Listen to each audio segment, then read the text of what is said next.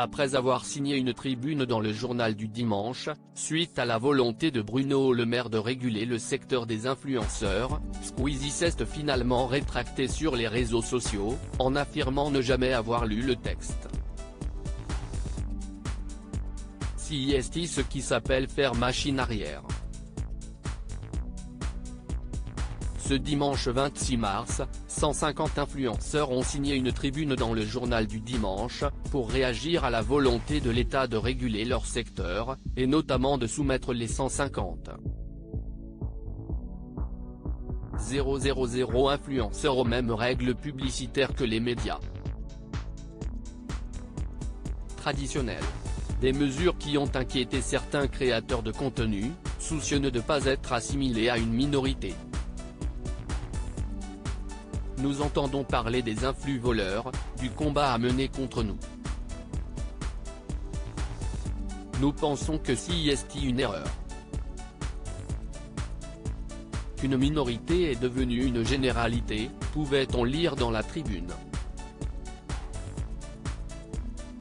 Arnaque, contrefaçon, pratiques commerciales douteuses, certains ont fait croire ces derniers mois qu'il était représentatif de notre secteur alors qu'il ne représente qu'une minorité.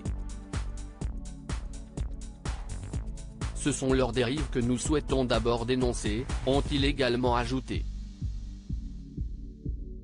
Parmi les signataires de cette tribune, Squeezie, Cyprien ou encore Seb Lafrite, le compagnon de Léna Situation.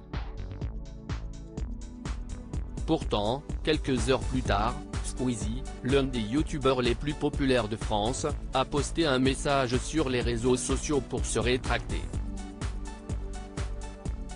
Squeezie affirme ne pas avoir lu la tribune avant de la signer dans son texte. Le youtubeur de 27 ans a affirmé avoir donné son accord pour que son nom apparaisse parmi les signataires de la tribune, sans même l'avoir lu.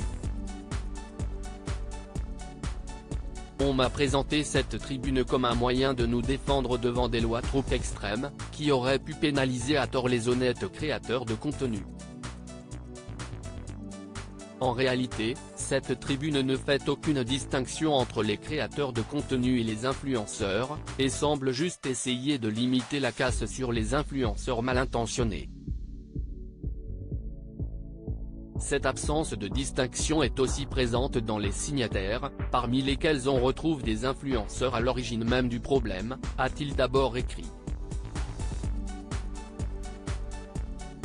Puis de poursuivre, vous le savez, j'ai toujours été irréprochable et transparent dans mon travail avec les marques qui me permettent de financer mon contenu. Je ne suis pas impacté par ces lois, je n'ai rien à perdre avec cette réforme qui est destinée à réglementer des placements de produits immoraux, principalement faits par des influenceurs mal intentionnés. Squeezie a conclu son communiqué, en affirmant « Note à moi-même ne plus jamais donner mon accord sur un texte que je n'aille pas lu ». Le très populaire créateur de contenu n'est pas le seul à avoir fait machine arrière, puisque Cyprien a expliqué sur Twitter n'avoir jamais signé ce truc.